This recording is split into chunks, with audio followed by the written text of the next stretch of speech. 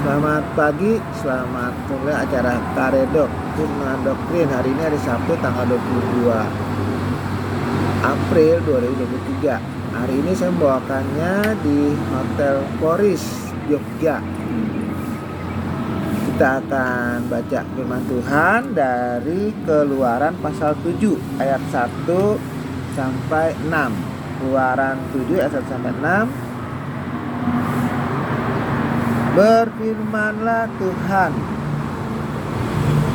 kepada Musa, lihat, aku mengangkat engkau sebagai Allah bagi Fir'aun, dan Harun abangmu akan menjadi nabimu. Engkau harus mengatakan segala yang kuperintahkan kepadamu, dan Harun abangmu harus berbicara kepada Fir'aun, supaya dibiarkannya orang Israel itu pergi dari negerinya. Tetapi aku akan mengeraskan hati Fir'aun, dan aku akan memperbanyak tanda-tanda dan mujizat yang kubuat di tanah Mesir. Bila mana Fir'aun tidak mendengarkan kamu, maka aku akan mendatangkan tanganku kepada Mesir dan mengeluarkan pasukanku, umatku, orang Israel dari tanah Mesir dengan hukuman yang berat. Dan orang Mesir itu akan mengetahui bahwa akulah Tuhan apabila aku mengacungkan tanganku terhadap Mesir dan membawa orang Israel keluar dari tengah-tengah mereka. Demikianlah diperbuat Musa dan Harun seperti yang diperintahkan Tuhan kepada mereka. Demikianlah diperbuat mereka. Nah, kalau kita lihat di sini katakan bahwa Tuhan berfirman.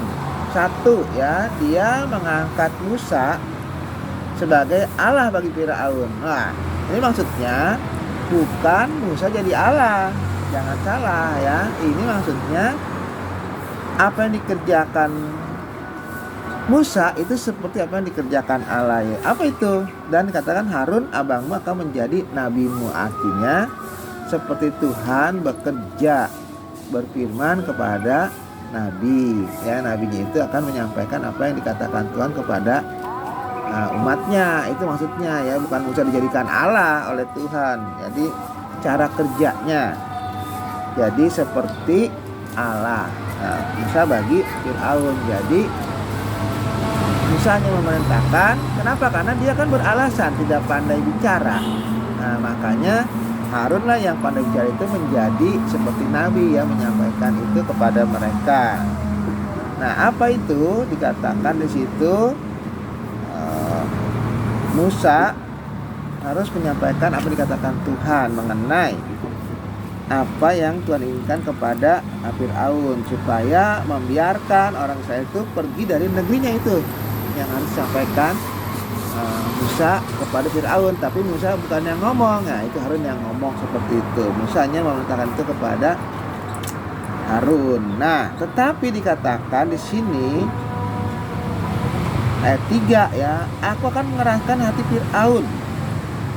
Nah, jadi Musa diingatkan bahwa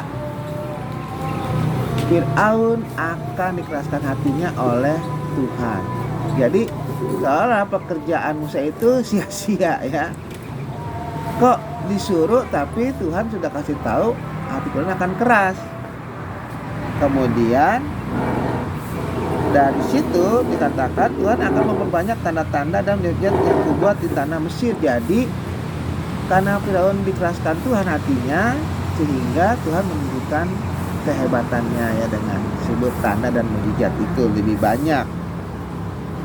Nah, kemudian kalau Fir'aun tidak mendengarkan Musa, maka dikatakan didatangkan lagi kepada Fir'aun dan kepada Mesir itu tanda yang lebih banyak, ya, untuk mengeluarkan pasukanku, umatku, orang Israel dari tanah Mesir dengan hukuman-hukuman yang berat.